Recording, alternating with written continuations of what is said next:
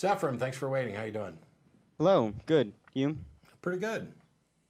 Thanks for letting me call in. Can I ask my question? Sure, sure.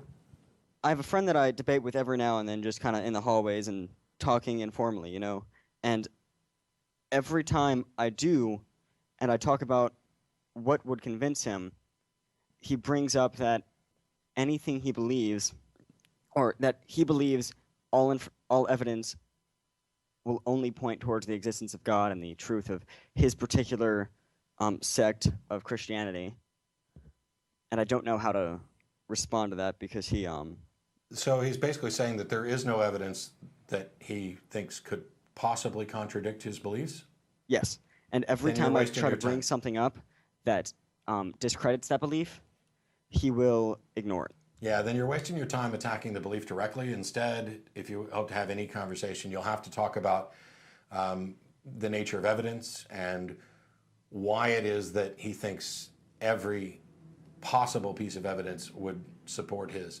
Because when they get to the point where they are able to take anything you say and twist it so that it supports their belief, even if it very clearly contradicts it, you then have to have separate conversations. You got to pull their doctrine entirely out of it and talk about, okay, setting aside your religion, what would it take you to convince you that some other thing was true or that this was not true?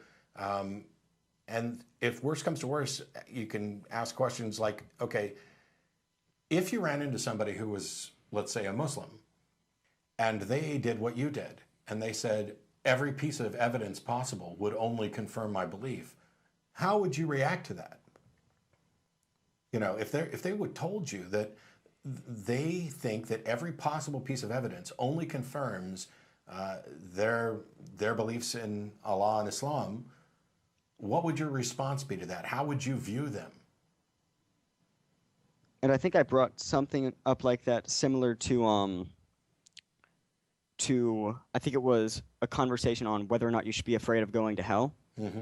And he said that to a Muslim, the concept that it's your fault if you go to hell is rational to them, and he believes that it is universally rational from the other perspective as well as from his.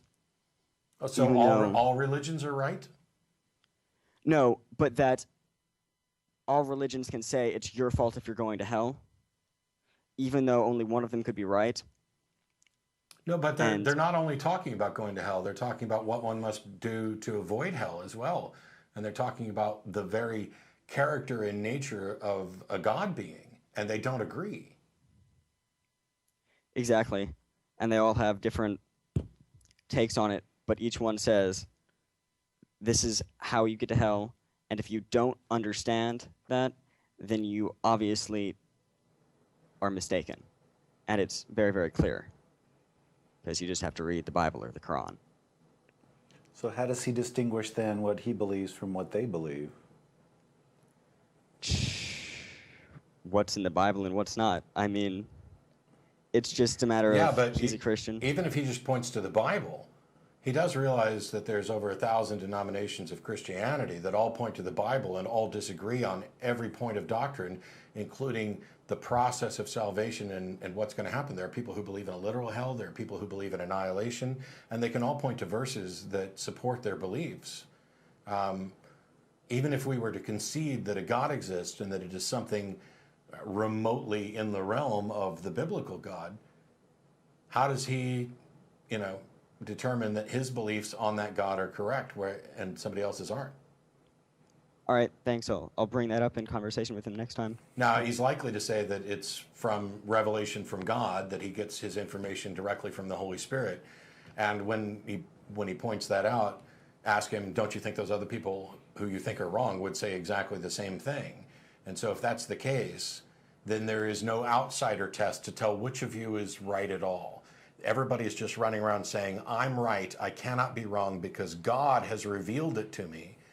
And that's exactly how we get to over 1,000 denominations that claim the same book and label and yet disagree on the specifics. Thank you. Sure. Can I ask one more thing? Absolutely. last week I think you did a debate in Canada, and I don't know where the other one was, right?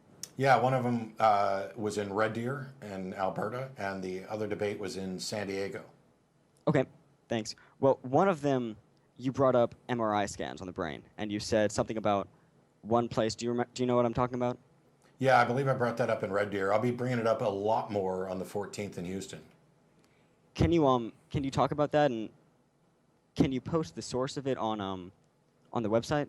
After the That would be debate, really useful. after the debate about the existence of a soul in Houston, at some point, not only will I post the debate, but I'll also post a debate review where I go through the details of what I presented, and then I'll put source material in that. So it'll be on my YouTube channel, which you can get youtube.com/sansdeity or patreon.com/atheistdebates.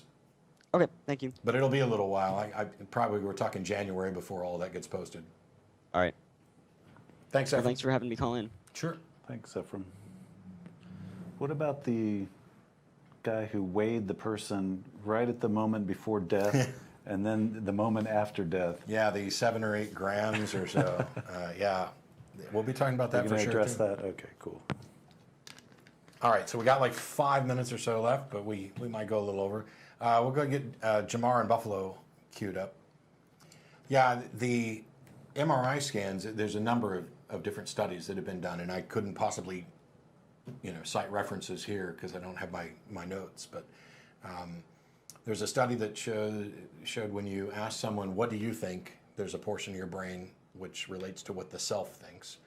And when you say, what does John think, there's a portion that relates to some other being other than the self and what they think.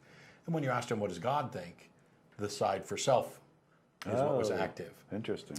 And there are believers who would say, well, that's because God is in tune with you and not another. You are one with God.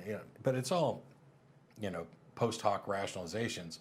When the reality is this works independent of what somebody's religious beliefs are. And it seems that the more reasonable explanation is that God is something. When you ask, what does God think? You are imagining, you are putting yourself in that position. So it's no surprise that God tends to agree with everybody who believes in him and how they end up in Yeah, it's funny how that conflict. works. Yeah, my God and I, we're like one mind. I completely agree. And I think the evidence supports that you and your God are of one mind. And it's your mind and no evidence for any external mind that you're actually appealing to. Have they tried doing an MRI on an atheist and asked them, what does God think? What? I don't know if that was in that study or not. I know they've done the God module testing and stuff, and some people have a more heightened sense of the supernatural and things like that. I don't know, because if you asked me as an atheist, what does God think? I'm not going to have any reference. I don't think there's a God. It would be like, what does Voldemort think? Actually, I would probably give a better answer for Voldemort. It would probably come from the other side because I could reference it. So, yeah, I don't know.